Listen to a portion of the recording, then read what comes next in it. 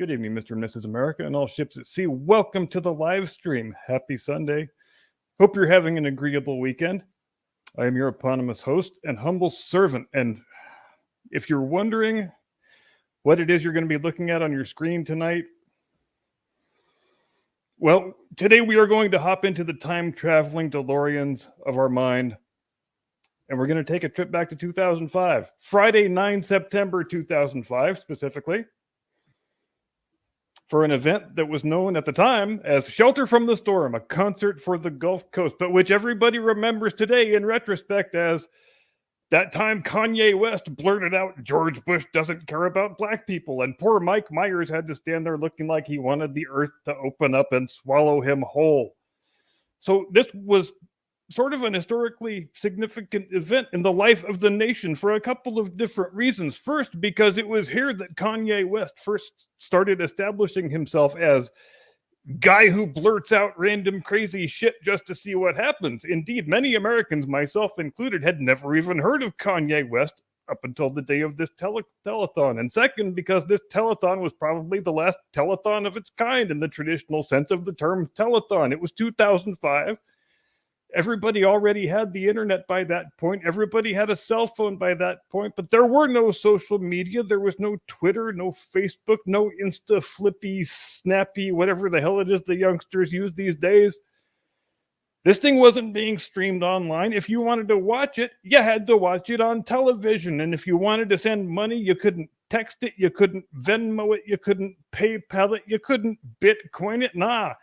You had to give money the old-fashioned way by calling up an 800 number and reading out your credit card number to the nice lady on the other end of the telephone line.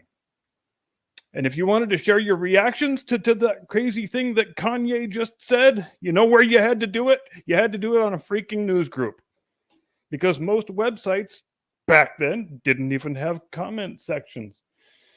And the news groups, they were plain text only. You wanted to do a little smiley face at the end of your message. You didn't get to just click the little emoji button. You had to actually type the colon and the parenthesis and then decide if you wanted to put the little dash in there for the nose, because sometimes the occasion calls for a smiley with a nose and sometimes it doesn't.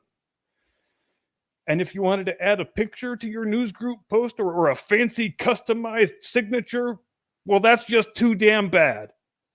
So that's the world we're celebrating today, as we close out a week in which Kanye West has once again, in yeoman's fashion, proved that he is still the guy who blurts out random crazy shit just to see what happens. And for detailed analysis, we are joined by Mr. Caucasian Sasquatch. Mr. Sasquatch, how are you this evening, sir? I am absolutely fantastic. I'm happy to be here, and can't wait to see exactly what you got going on over here. Interesting week for Kanye West, wouldn't you say? Well, I mean, it's Yeezy. That's kind of the way he rolls. He is bombastic. Yeezy gonna Yeez, you might say. Yeah, right. Yeezy got to Yeez. What you gonna do? You ever take my explanation of how Yeezy's president? The last. No, go right ahead though. President. Oh, you want to hear it? Yes, sir. All right. So there was this discussion this past election about the rare, unbelievable, just inconsiderable possibility of a purchased election, which made me think, if that one was purchased, then maybe the one before was purchased too, which devoids both of those elections, leaving the only person that had gotten votes in those two elections being Kanye. Drum roll, please. I guarantee you every vote that man counted was a legitimate vote. I promise you. Oh yeah, I guarantee you're probably right about that. So both the other all four of the other candidates are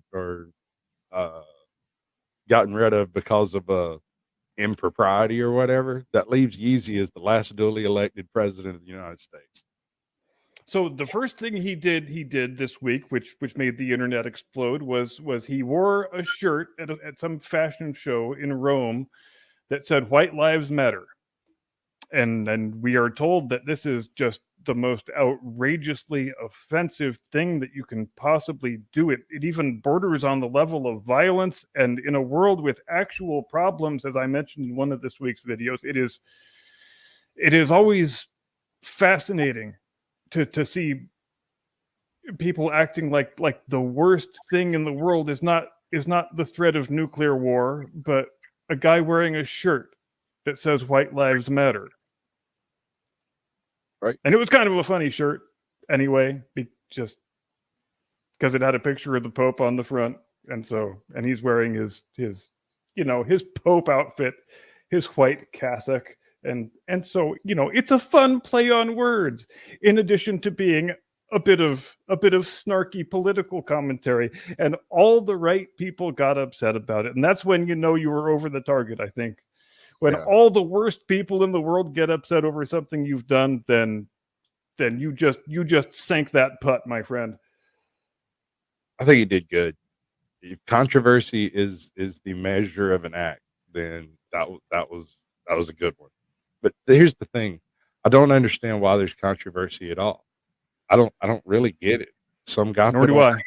and walked outside with his wife, and they matched, and the Oh, he world's was with Candace Owens, and they really, the woke left really hates Candace Owens a lot. So I'm sure that amplified the intensity of the reaction. Yeah, I'm pretty sure she's controlled opposition, but at the same time, at least she's not terrible to look at. She's not completely spouting absolute BS, right?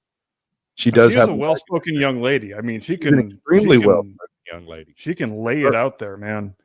And she's vicious. Once she gets a hold of something verbally, she will take it apart piece by piece quickly. Yep, and she brings the receipts too. Right? Don't misunderstand me. I like the woman. I do. Yep. You have to respect her. If you don't, she will burn you. Yeah, I like her a lot too, but at the same time, there's there's an intensity there that I don't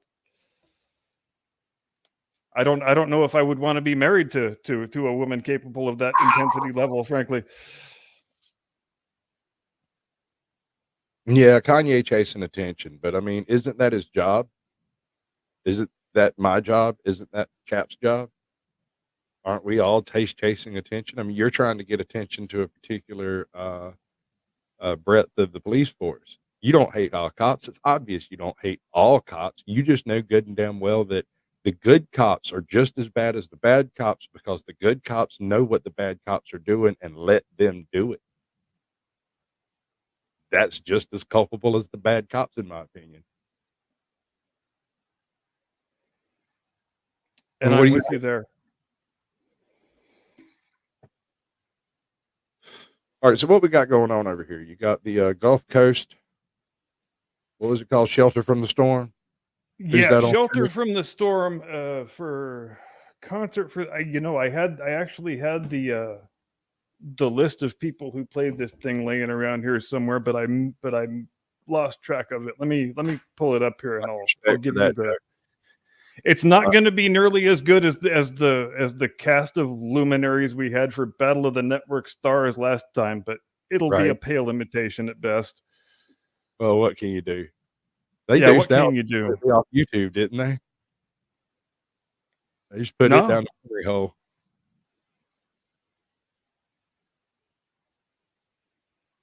How many times did you upload it? Oh yeah, they actually did the day. I'm not sure how that actually all worked out because there was the day they banhammered me, and I think the banhammer happened when that video wasn't quite uploaded all the way. So then, but somehow that video got pulled down. In addition to the year and a half old video that was supposedly the impetus for the strike they dropped on me, but. Yeah, I don't know how that all happened, but it's probably between the two channels. I've probably uploaded it 4 times now, and it gets more views each time. So hell, might as well keep going, right? It's a good one. There's a few really good lines in there. We're not safe on YouTube together. Oh, certainly not, and I wouldn't want it any other way.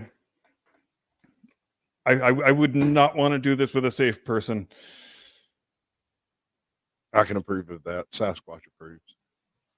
Sasquatch approves, and that's all that matters. Oh, it's Morgan Freeman, a young-looking Morgan Freeman. Is it really like, possible that there. 2005 was 17 years ago? I just realized my truck's 20 years old.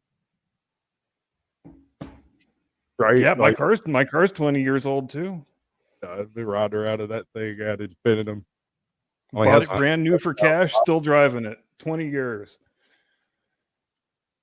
That's right, cash. Cash. I got its second owner. I pulled a small Furby out of the interior air filter. I'm not joking. Oh, That nice. 2 dogs in that truck. I had a wad of fur this big around. It's amazing. Dude, I was riding around everywhere I went, smelled like a wet dog all the time. And so I took it in, talked to the guy, and he's like, I bet you got some fur in your cabin air filter. So I changed the cabin air filter.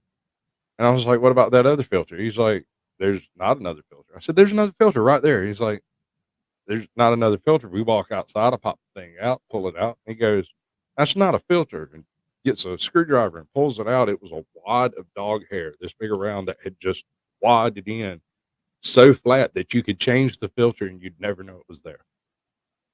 Might as well be a Furby. A Furby. I found a whole Furby in that thing from some small dog. It's absolutely disgusting. Yeah, well, there's animals, well, humans too. We all shed tremendous amounts of hair all day long, and you don't really notice it until you see it all collected in one place at one time. Like a drain.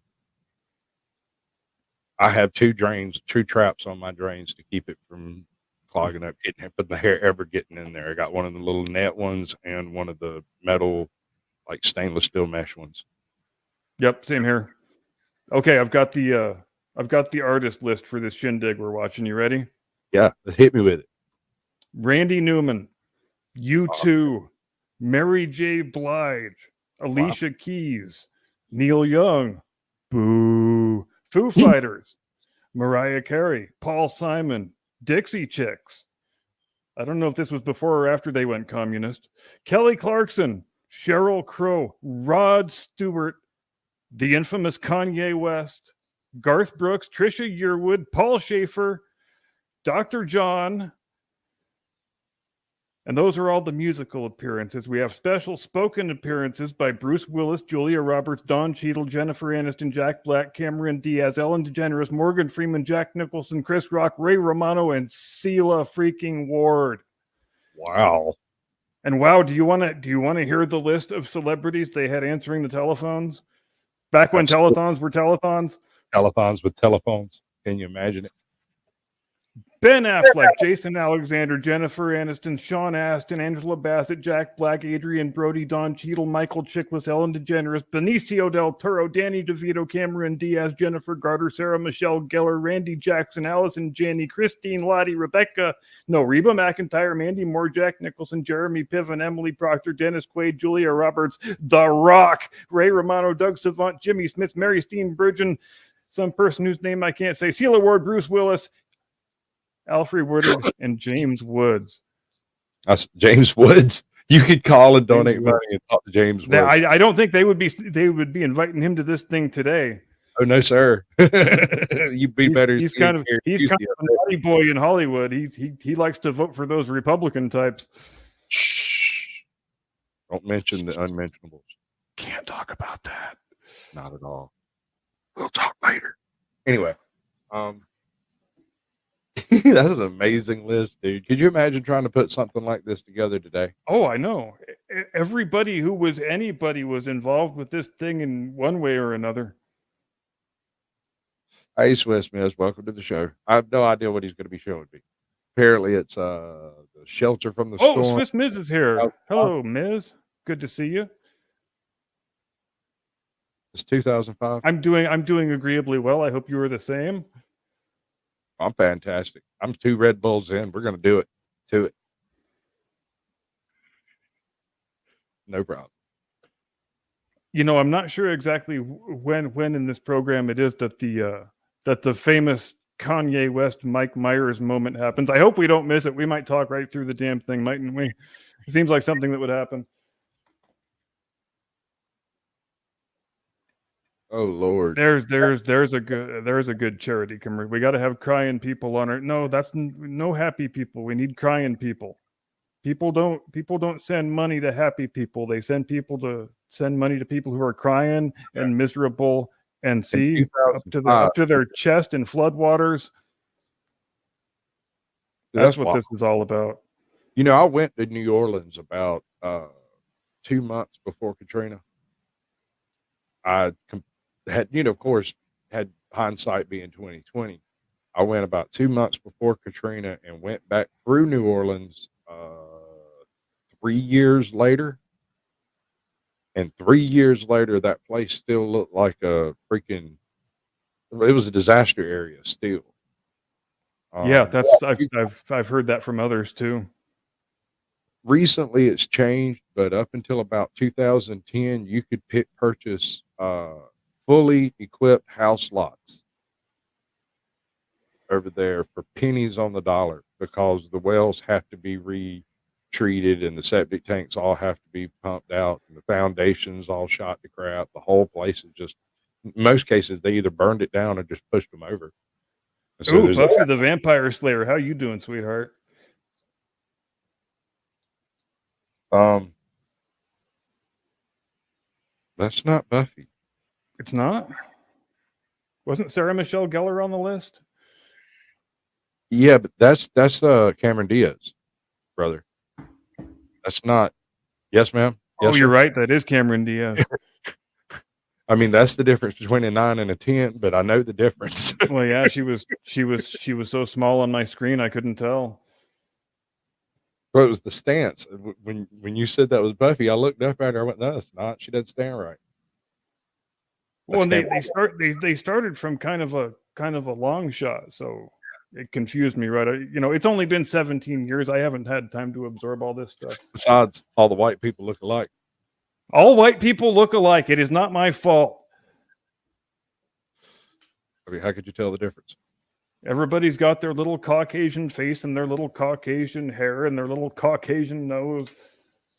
That's how you summon me if I'm not around.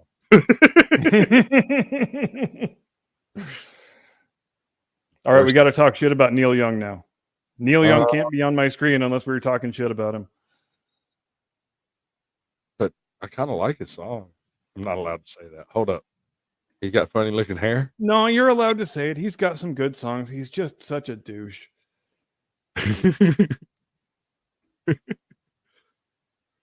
He finally gets around to taking American citizenship like 5 minutes ago after he's been living in this country for 50 years, talking shit constantly the entire time. Well, what can you expect from communists? Not too much, I suppose. Or you could, well, there's two types of communists. There are honest communists and subversive communists. The honest communists are really sweet people. They have sort of, and don't misunderstand what I'm saying. It's not Amish. I'm saying they have a kind of odd sort of Amish vibe where they do whatever the hell they want. You do whatever the hell you want. Don't bother them with it. They won't bother you with it. And nobody has to have any kind of anything involving a government or nothing. And they're not trying to fool anybody. No, not at all. And that's what makes it worthwhile to know these people. Yep. Meanwhile, you have subversive communists who try to take on conservative personalities on YouTube and attempt to subvert the narrative of the right wing, whereas most Americans don't even know the narrative of the right wing. What is that?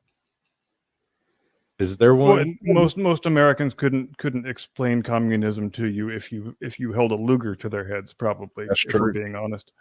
That's true. It was that whole ants thing that finally tipped the scale for me. When I was trying to boggle it out in my head.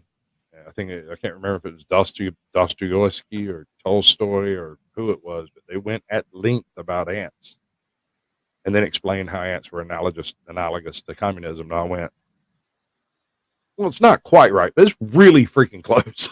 It's really good. Oh yeah, sure. Yeah. Yeah, when the leaders are viewing the population as an ant farm to be played with, and you don't need communism for that. There's social engineering movements develop in all kinds of systems and philosophies, and pardon me, even people who might think they are devoted to liberal democracy and republicanism and all of that good stuff might engage in it and not even realize they are engaging in it, which I think we've seen a lot of the past couple of years, specifically on the public health front. Okay, but we're not a democracy. We are a federative republic made up of 50 sovereign democracies. Is that better? Even then, we're still a representative republic, or representative republic, right? Right. But individually, each of the states is a sovereign democracy, because anytime you've got things being decided by popular election, then which we don't have at the federal level, so that's why at that level we are not a democracy, but at the state level we are. Yeah. Yeah. Okay. We are our republic is a collection of democracies, you might say. Got me there. All right. All right. You win. I lose. Your channel. Oh, is that Chris Rock? That is Chris Rock. That's like that is Chris Rock. A very young. And where's Will Smith? Somebody clear the stage. Foresight. keep my wife's name out of your mouth. I kind of wanted more Chris Rock than that. I think I had a few more Will Smith jokes. I think you have to respect both people on both sides in that situation, because Will Smith delivered exactly the slap he was looking to deliver, and Chris Rock took it like a freaking champ and continued with the show. You either it was planned or he is an excellent showman. Either way, golf clap for you. And thank you for stating a simple truth that is not stated nearly often enough. Two things can both be true at once. You don't have to be on one guy's side or the other guy's side. They can both be right and they can both be wrong simultaneously, because life is a very nuanced thing sometimes. All right, now, let's be honest. Chances are they're both wrong in almost every occasion. Oh, yes. Oh, God, yes. Yep. I'm usually wrong. Ask my wife. But hold on, I got this one. Oh, look, redcross.org. They were all over the brand new technology in 2005, weren't they? Way ahead of the curve. That one's still up. Way ahead of the curve. But you go right immediately back to the 800 number. You should. We just flash the website for 5 seconds for those super tech savvy people who might be watching. Super duper. Hey, that guy's dead now. Now, dude, this is a hall of skeletons, if you want to look at it that way. It's excellent for a Halloween month. Yeah, he's probably not the first dead person we're going to see, is he? No, it's like Ghost in the Machine, man. It's kind of creepy. Yeah.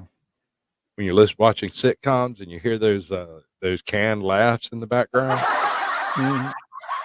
That was recorded in 1940 something by a group of sound technicians at Universal Studios in the early days of the company that became Universal Studios. Are you familiar? People are all dead. Are you familiar with the story of the laugh track on MASH? There's actually a couple of laugh track stories. Yeah, that was a whole entire saga, because the showrunners, they didn't want to have a laugh track, and the network said, God damn it, this is a comedy show and comedy shows have laugh tracks. And it was just drama back and forth for the whole 11 years that the show was on the air. Occasionally they would talk the network into letting them have an episode without a laugh track, like some of the really serious non-comedy episodes, and then it persists all the way into the present day, because when finally when they released the show on DVD, they insisted, the guys who had made the show, the creative guys behind the show, insisted that the DVDs have an option to where you can turn off the goddamn laugh track, and they got their way in the end with that. Fantastic. That's cool. Yep. Because laugh track, when it came to MASH, yes, MASH was a comedy, but it was also a poignant stab at the war machine of America. It was a vicious gig straight to the heart of the situation that was not just pertinent in Korea, which is why the freaking show ran 10 years longer than the war went. Yep. But And there were entire episodes of that show where it was screamingly inappropriate to have a laugh track at all. Yes, there were entire episodes that, while yet again, technically speaking, it was a comedy, that shit ain't funny. Yeah, and sticking a sitcom laugh track in there just detracts from everything they're trying to do when they made the episode. So I'm glad they managed to win that battle a few times, because some of those episodes, if you tried to stick a laugh track in there, it would be completely absurd. Yeah. There's corporate machines are heartless entities that devour everything in their path for profits. It is And the extent to which we're doing this because this is the way we do things, because that's the way it's done, that you get so much of that kind of thinking in those, in any kind of institutional setting, but even a creative artistic institutional setting will fall victim to thinking like that every single time. One of my issues I have with authoritarian style arbitration law, right? Like the way they got Roe versus Wade put in and the way it was removed, is both of these situations were accomplished by bypassing the actual legislation. Yep. They utilized the Supreme Courts to write a ad hoc law into the laws of the land by simply defining a word differently. The word rights, there ain't a whole bunch of rights. There's not all right. If you're standing on the side of a stream, you fall out of an airplane and you land in the wilderness naked, what you can do are your rights.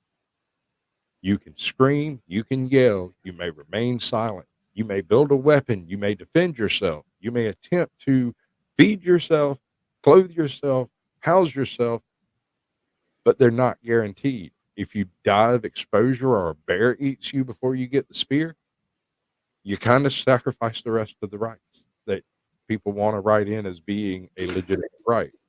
Like, there's no right to communication. You meet someone on that stream bed that also fell out of an airplane naked and y'all speak different languages, that's what you're dealing with. Sounds like a hell of a screenplay. It could be interesting, but no one would want to touch it. It gets Could be almost as good as Enemy Mine. Dude, those are tall words. Those are tall words. Yeah, you're right. Lovely Gossett Jr. Was it Dennis Quaid? I apologize. I'm not keeping up with the comments. I'll do better. Right. There's a whole reason there's a legislative branch. Also another thing that falls in that exact same category is the way the ATF is trying to swing its weight around in the world, trying to make itself relevant by insisting that things that are clearly not firearms are firearms, that they can pass, redefinitions of words. Yep. So that they have more power and more breadth in their authority. And there shouldn't be any damn ATF in the first place. We did just fine for 200 years without one. Right. Now, I'm not for the Home Depot nuke, but if Elon Musk wanted to have a nuke built to put on his freaking mantelpiece, this is right? He can defend himself against Russia and anyone else he wants to defend himself against. Aggressively, as it may. Oh, there's a young-looking Mariah Carey. I have so many horrible things to say about that woman, and none of them are YouTube appropriate. Like, I've heard. Oh, say them anyway. It's only YouTube. I can't do it, dude. I won't do that to you. Some of this stuff, like, no. I'm sorry. I even brought it up. I can't do that to you. I'm still waiting with bated breath for the Kanye thing. Oh, I told you. Okay.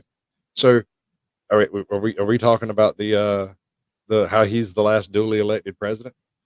Yes. Okay. All right.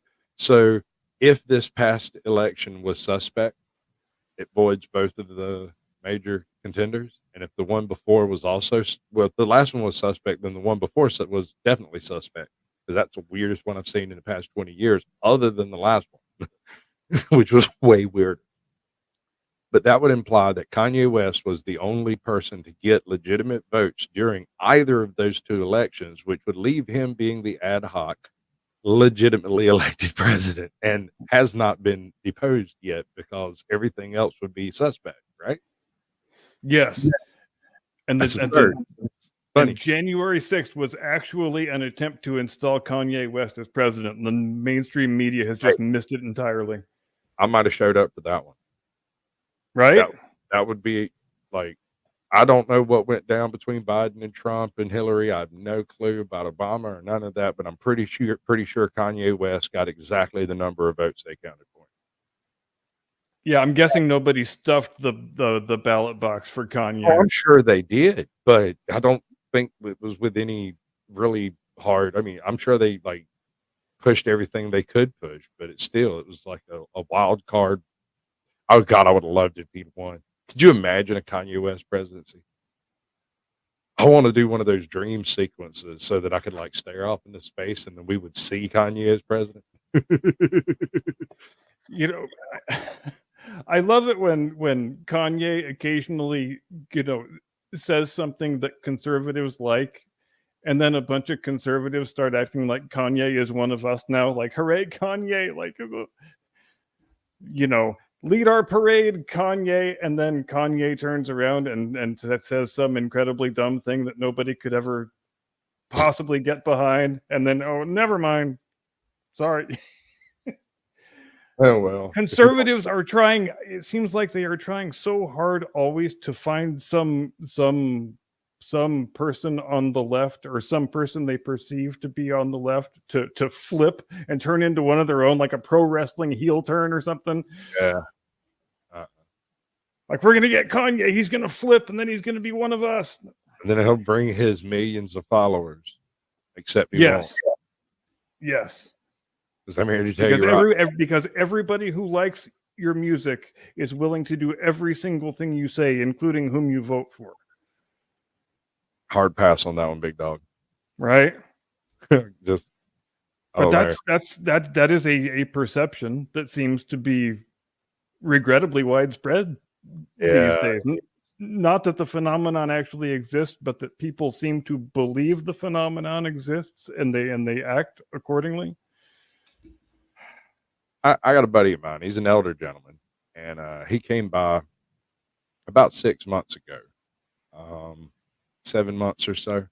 First time I've seen him in 5 years. But he spends 2 hours on my couch screaming about how they need to arrest Trump immediately and they need to raid Mar-a-Lago. That's, like I said, 6 months ago. I know most of that stuff's been attempted since then, but yeah.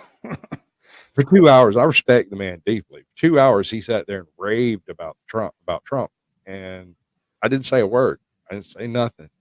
And then I looked at him and I said, brother, I got to ask you a question. He said, what's that, Sasquatch? I said, listen, why do I care? And why do you care? He's like, because, he's been doing this and been doing that. I said, did you see him do those things? No, it's in the paper. You can't write it if it ain't true in the paper. I think we've had Tell me he didn't actually say that. He said it out loud, dude. I'm not joking. I'm not exaggerating. He said they can't print it if it ain't true in the paper. Oh, dear me. And I said, I think our conversation has come to an end, bud. Because what are you supposed to do with that? You can't do anything with that.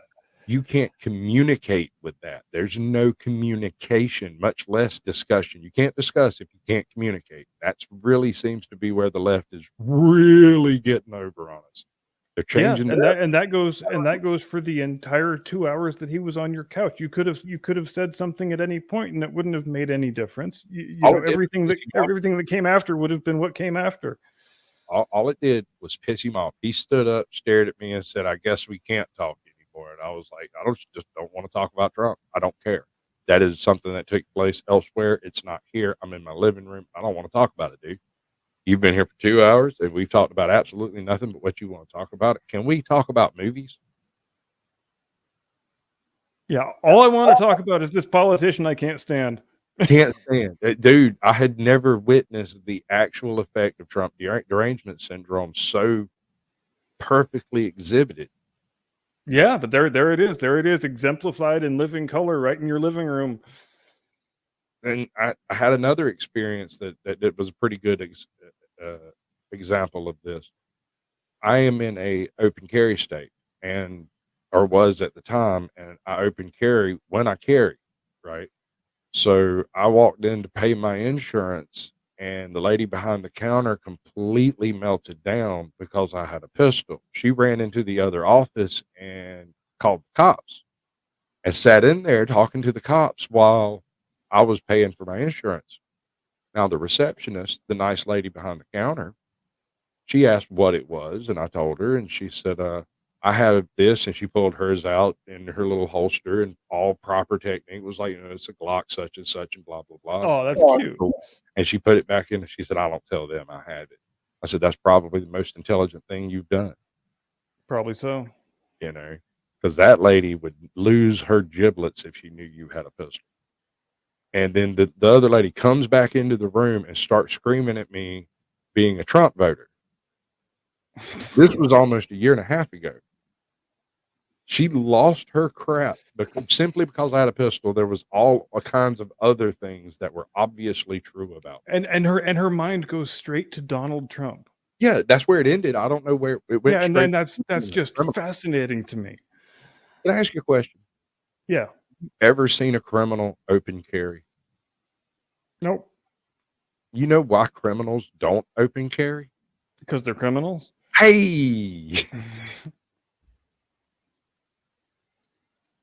Yeah, there are certain simple truths that gun grabbers just will never be able to grasp because they're too inconvenient. hello, Bill. Welcome to the show, girl. Yes, no. I feel much safer around open carrying people than I do concealed carrying people, but I feel very Yep. unsafe around concealed carrying people who let people know they're concealed carrying. That bothers me.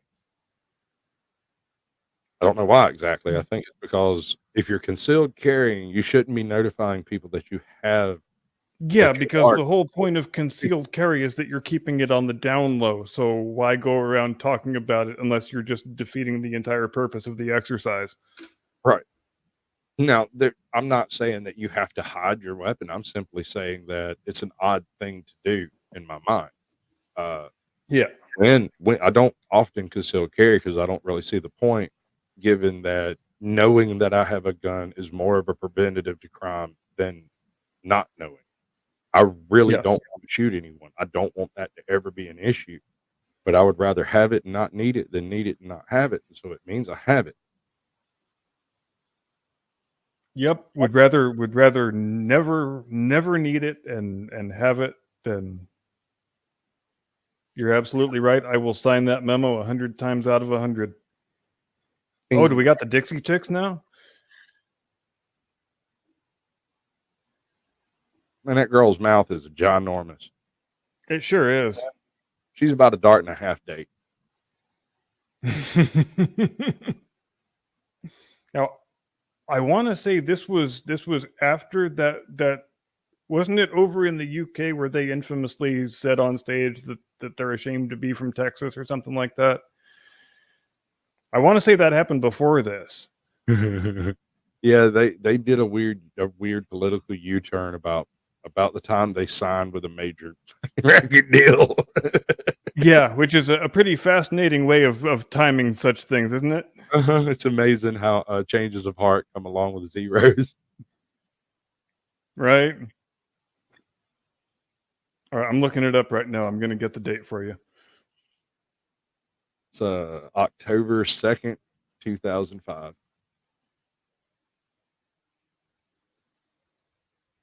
If that's right, I'm not. I don't even. 10 March 2003, the Dixie Chicks performed at Shepherd's Bush Empire Theatre in London, England. Natalie Maines, told the audience the band did not support the imminent Allied invasion of Iraq and were ashamed that President George W. Bush was from Texas. Maine's remark triggered a backlash in the United States. The Dixie Chicks were blacklisted by thousands of country radio stations, and the band members received death threats. Maine's issued an apology saying her remark had been disrespectful. In 2006, she rescinded the apology, saying she felt Bush deserved no respect. The backlash also damaged sales of their next album and tour. So there you have it. Oh, it So did. that was It so killed their band. They got to keep the contract, but they didn't keep the fans. yeah. So this show was a couple of years after that. There's another critical cultural difference between the left and the right that I don't understand the corporatization of the left, because most, how to say this, all right, so you're going to make all of your media match a given narrative that you're wanting to support or promote, right? Right. But that narrative requires that you use socially and culturally bankrupt individuals to write that narrative, basically shills, and you got to pay them to do it. And the more you pay them does not increase the quality of the work. It just means you get the work done. Yeah, it sure doesn't increase it. But the clout of saying that you've got a multi-million-dollar writer writing your content is a real thing. And so corporations will pay people more to be able to say that they have paid people more to do things so that it sounds like it has legitimacy. Right. And it's And the same culturally, reason that the industry invents words to give to itself. right. But when you're culturally bankrupt in the first place and you have no ethics to speak of, you cannot write a poignant and moving story, because you're only interested in making the dollar and not interested in telling the tale. This Yeah, means and you render yourself incapable of doing anything but hollow, superficial bullcrap.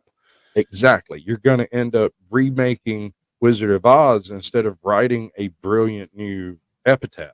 You know, Yep.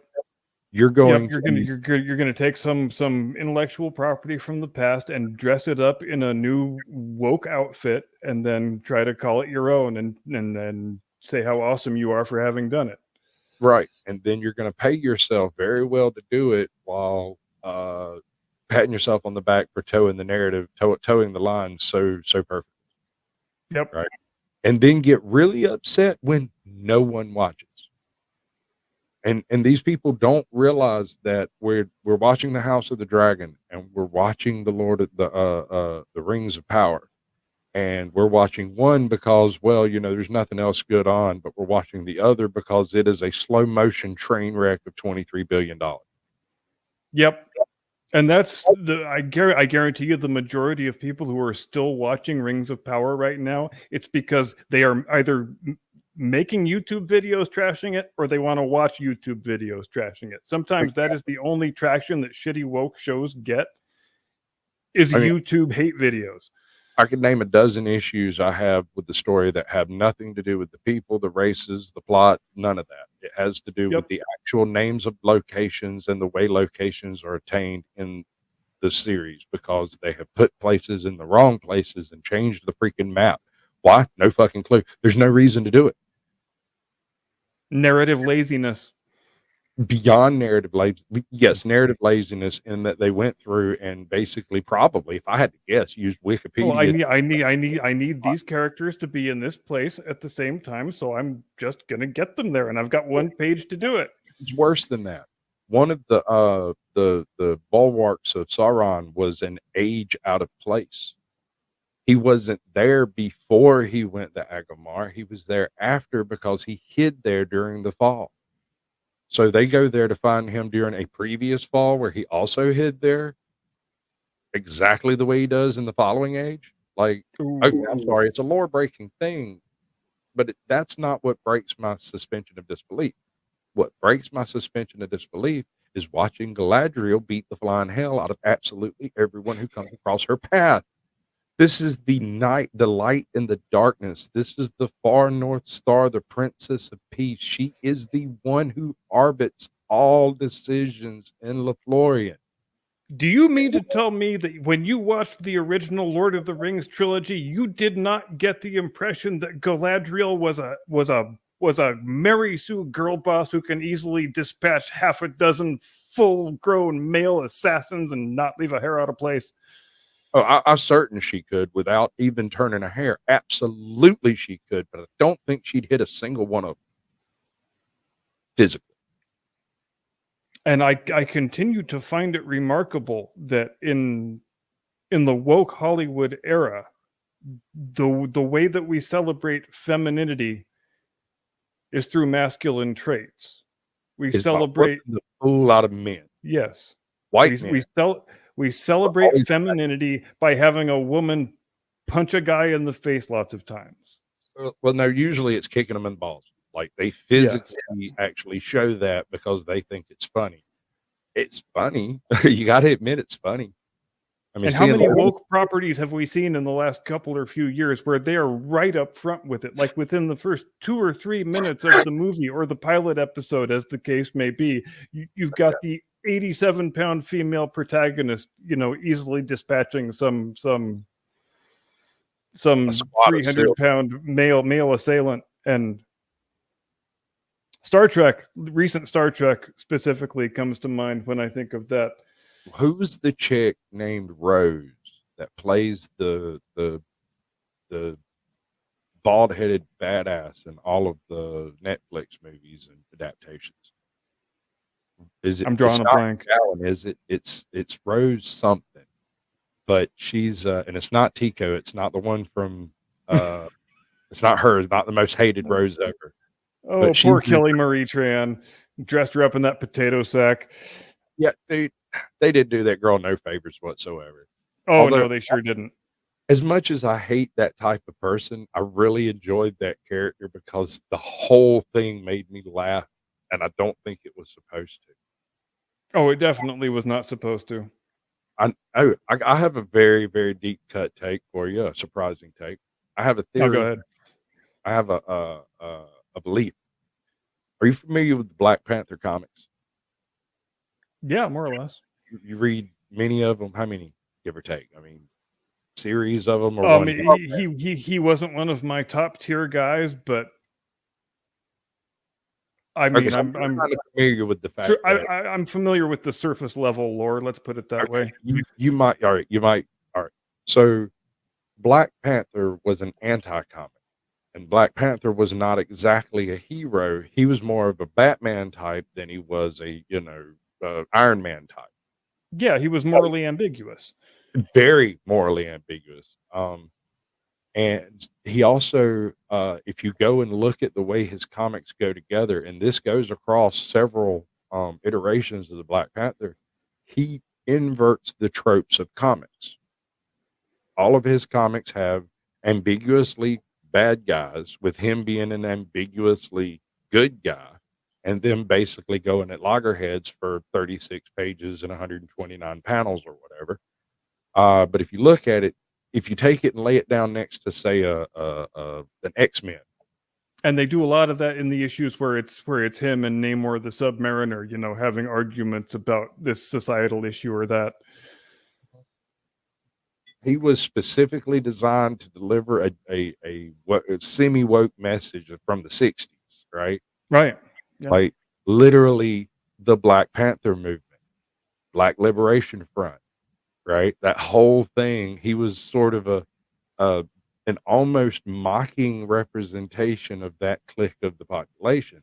And what was weird is doing that, oddly enough, that part of the population decided, it's a superhero and went with it. And so they had a success they didn't understand. And the only way they could keep it going was by breaking it down and figuring out what they had done. Black Panther as a movie looks horrible when you lay it down plot point by plot point, and everyone agrees it's a terrible film. And then I had an epiphany and realized it's not. It's one of the greatest films made in the last 20 years. Let me explain. I'm listening.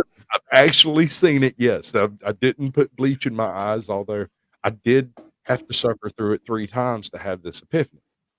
Oh, that's a lot. I know, but it wasn't 3 times in a row, it's 3 times over the course of a couple of years, and then, when I watched it the 4th time, I watched it wanting to watch it, and now I will watch it anytime it pops up because it tickles me to the core. It is an anti-movie. It's the greatest anti-movie ever made in the history of mankind. It is upside down and backwards, and every movie trope presented in the actual movie is reversed backwards in a mirror image. Can you believe that picture was nominated for an Oscar, for a Best Picture Oscar? There's 2 ways to look at that. Either it was pushed through or some very, very culturally elegant people decided who was gonna be nominated, because here's the thing, I think it deserved it. It is the most amazing anti-movie ever made in history, man. It's on par with, like, Blazing Saddles. It's up there with, think about it. They see I they can't believe you just said Black Panther is on par with Blazing Saddles. for comedy purposes, dude, I dare you to watch that movie and not end with a Okay, stick. unintentional comedy, I will give you that. No, I don't think it was unintentional. Dear God, You think Ryan Coogler set out to make a shitty movie? I don't think it was meant to be shitty. I think the product of it being shitty was a byproduct of the warping of the anti-comic concept to the anti hero concept, right? Okay, So I'm following your line of they're thought trying now. to make him the good guy, but they have no source material from which to make him the good guy, and so they force him into that framework by creating a more evil bad guy.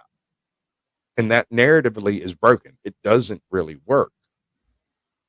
It involves far too many coincidences to make any kind of sense. So, okay, once you get rid of the overwhelming coincidences that led to him being the Black Panther and fighting all of everybody that needs to be fought and crap, you get to the comic book anti-comic narrative that's underneath the bottom of it, and then the token white guy sacrificing himself as the literal white savior of a The nation. literal white savior. Yep. I laugh so freaking hard every time I see that scene, and I realize they're warping my brain, making me enjoy seeing a white man die. You know, I'm glad you brought up that point about the anti-comic, because I think we're seeing a similar thing happen right now with She-Hulk.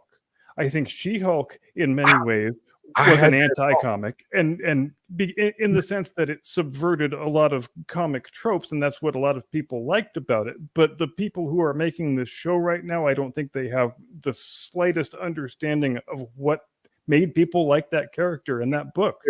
They're culturally bankrupt. They have no clue about the material they're writing about. They look at it as a homework assignment. They go home and they do a decent job and they turn in their work the next morning, and then they cash their check and go out to the club and do roofies all night with friends.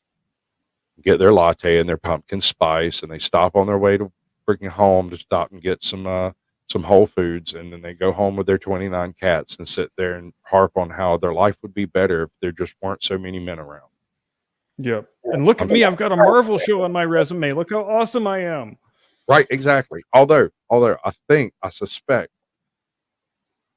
I'm hoping that all of the gibletry that's taking place and the MacGuffinry that's going on in Rings of Power, I could see a path to fruition.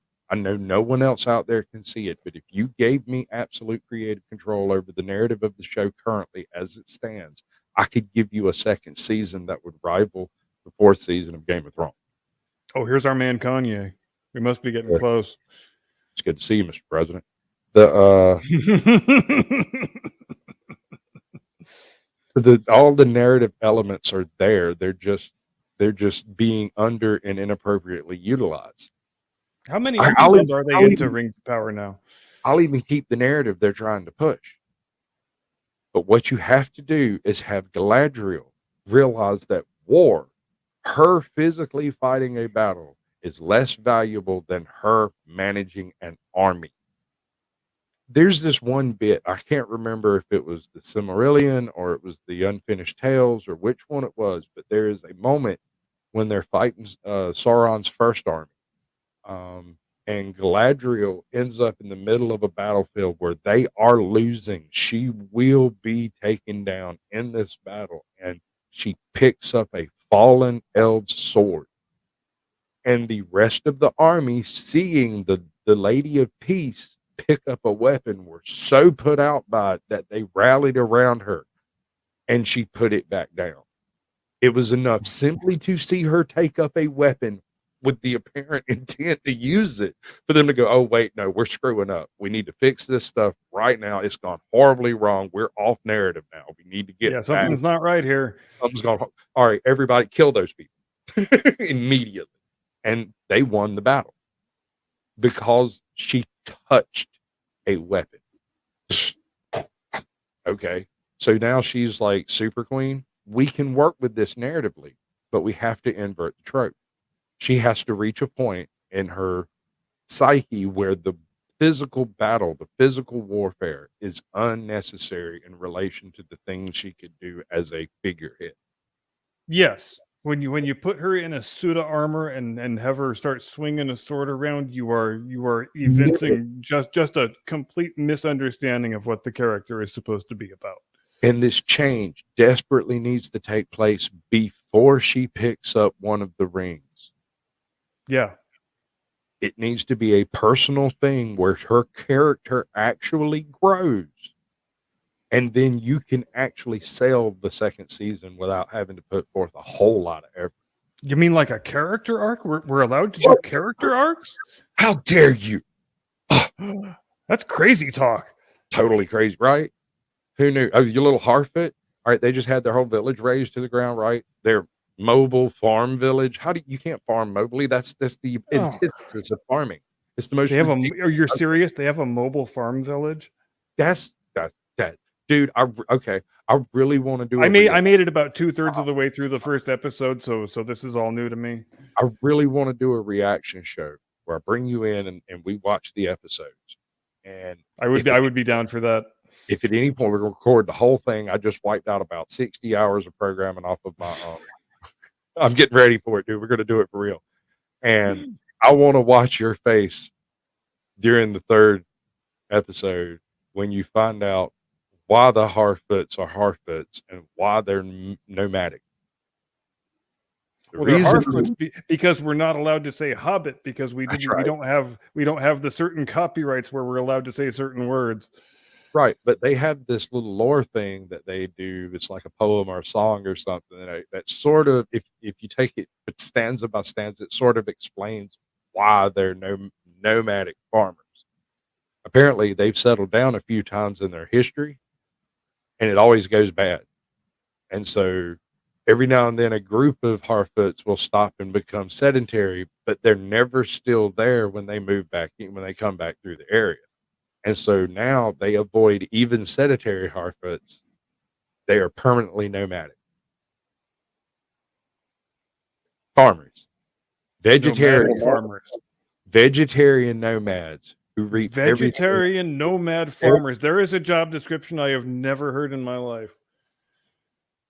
I can't. All right, so they travel from what appear to be planted berry patches to planted orchards that no one owns, apparently. Well, that's convenient. It's really convoluted, dude. I had to sit down and think about it real hard to figure out how this would work, but I think I got a workable system that would make it possible. I think sometimes in these shows they start out like with a pretty exterior shot that they want to do, and then they just kind of make whatever needs to happen in the narrative to get them to the pretty external shot.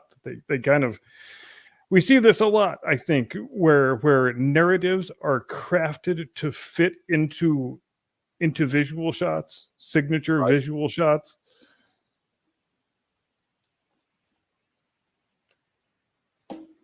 But the explanation to all of that would have to be that every now and then they drop off a handful of Harfoots who do farm, and then the Harfoots either move on or get killed, and there's nobody tending the farm when these come back through. And so they literally travel from burned out farm to burned out farm, and that's why they refuse to stop anywhere, because obviously it's a bad idea. Oh, when you're a nomad farmer, I think all bets are off to begin with, aren't they? Oh yeah, no, I told you I'm two Red Bulls in, Swiss. He told me it was a 2 Red Bull night. I don't think he realizes. I did. You can feel free to blame me for that one. Hey, it's Dr. John. Speaking of people who are dead. Right? Cavalcade of ghosts. Cavalcade of Ghosts. Oh man, I might call this episode that when I upload it. We should make a series. There's a few of these things I know for a fact we could do live reactions to, like The General, some of your old Buster Keaton films and stuff, some Oh, of the hell yeah. early Charlie Chaplin stuff. A lot of that stuff's all public domain, and I've managed to get which one? I think it was the first Little Shop of Horrors. Oh, good call. Streamed it, and I did not. That's the one where I could receive my copyright strike, but it was not for Little Shop of Horrors. It was actually a twofold strike, which I only got a warning for because it was the first time, which means I would have gotten 2 strikes, except it was my first time. So I've been real careful ever since, right? Because I know they're itching to drop that other one on me. They want a reason. Can you get 2 strikes at the same time for the same thing if it's especially egregious? You're not supposed to, but I hear backstage quite often that I got 2 strikes on the same video because they decided it was 2 different forms of terms of service breach. Right? The double whammy. What they got me for was what they call it? It was deceptive practices, as if I was trying. That sounds so sinister. It does, and I was like, deceptive practices. I would like some explanation for this, but here's the thing: because I don't participate in absolutely any of the YouTubery proposed by YouTube, I don't respond to YouTube at all. Right. Ever. Because I'm in a low. I don't use any of YouTube's built-in stuff either, just like you don't. And there's a few things I use, like the create button. I recently discovered it. Have you found that yet? Yeah, I use that. That's how you do it. Yeah, okay. I was wondering. I've been fiddling around with my phone trying to figure out how you do and what you're doing with your shorts, and I was like, "Oh, I don't do shorts on there." Really? Okay. Yeah, shorts I do all on the laptop. Super. But when I I use my same video editing software. It's just all you have to do is reorient it 9:16 instead of 16:9. Right. As far as the frame height and width, and then as long as you tag it with shorts, then it seems to be perfectly happy. Really? I tried that a few times, and it just wouldn't freaking do it. Just would not do it. It wouldn't do it. And I couldn't ever figure out why. And so I ended up, I do about 2 days a week, do shorts if I'm going to do them. And because they do nothing for your channel. The only thing they're useful for is if you're capable of getting subscribers, because some channels aren't capable of getting subscribers. So if your channel is capable of getting subscribers, then shorts is a short circuit way to kind of tap into new subscribers kind of constantly. Yeah, and something like 80% of my viewership is the shorts now, according to the analytics. Right, and that makes you wonder, why aren't they watching the shows? Where are these people? Yeah, it does make you wonder. But I think the secret is in that evaporating sub count, where you run up 20 subs and evaporate 20 subs, and run up 20 subs and evaporate 20 subs. Yeah. It's sad. Sad indeed. Well, I mean, if you're one of those people who don't realize that you're of the marked breed, and you continue acting as if you aren't, then you would expend an awful lot of good, faithful effort into a dead project that you can't revive. Oh, I know, and that's the part of the whole thing that's a little bit morally dubious, or maybe more than a little bit morally dubious. Just the private business. Yeah, I you sort of get into the area of you're having people do things under false pretenses when they're not actually maybe gaining anything from the way that you are encouraging them to do things, and it all Right? gets pretty sinister when you Very get right strange. down to it. It's very strange. Why would you make it so that it's very difficult for me to get promoted unless I do specifically a thing you want me to do completely Yes. because and that does me no good except for the growing of my channel, right? But the channel growth from shorts is totally different from channel growth from actual videos. Video subscribers stay. Short subscribers subscribe for 2 months and then evaporate because Yeah. keep hitting the subscribe button on every new anything they like, and they end up having only the 7 million plus channel club. Yep. There it is. So I think we missed the Kanye and Mike Myers thing because oh, we played the whole video and we must have been saw Kanye. involved in something. Huh? I saw Kanye. Yeah, I saw him performing, but I didn't see the bit where he's standing with Mike Myers and says, "George Bush doesn't care about black people." Is that what we're waiting for? I knew it was there somewhere. Yeah, I Fun I don't performance. think That had to be it. we're actually just about finished. That's all I've got for tonight. If do you have anything else? Like, comment, and subscribe, folks. That's it. I won't say it, but he will. Oh, really? Really? You're gonna Really? get off All my right. lawn? There it is. Good night, folks.